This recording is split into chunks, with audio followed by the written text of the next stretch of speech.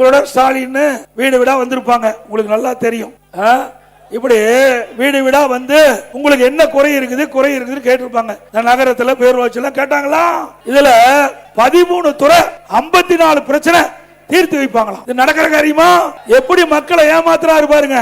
இது வரைக்கும் மக்களை கண்டுக்கல, இப்பதான் உங்களோட ஸ்டாலின் வந்து மக்களை பாக்குறார். மக்களுக்கு ஏதோ பேசி கவச்சகரமா பேசி மக்களை ஏமாற்றி மக்களுடைய வாக்குகளை பெறுவதற்கு ஸ்டாலின் பொறுக்கிட்ட நாடகம் இது. நாங்க ஆட்சியில் இருக்கும் போது ஸ்டாலின் எதிர்கட்சியா இருந்தார். அந்த காலகட்டத்தில் ஊரூரா போய் அங்க ஒரு திட்டு கண்டா பெட்ஷீட்டை போட்டு அமர்ந்து ஊர் மக்களை எல்லாம் அழைச்சு அவருக்கு முன்னாடி அமர வச்சு உங்களுக்கு என்ன பிரச்சனை இருக்குது அந்த பிரச்சனையெல்லாம் வெள்ளைத்தாள்ல எழுதி நான் கொண்டு வந்திருக்கிற பெட்டியில போடுங்க. அந்த பெட்டியை பத்திரமா நான் வந்து பூட்டி சீல் வச்சு வீட்டுக்கு எடுத்துட்டு போய் வைக்கிறேன். திமுக ஆட்சிக்கு வந்த உடனே சீலை உடைச்சு பெட்டியை திறந்து மனுவை எடுத்து படிச்சு பார்த்து தீர்வு காணுங்கிறாங்க. அப்படின்னு எதுக்கு இப்பயே அதை வெளியிடுற?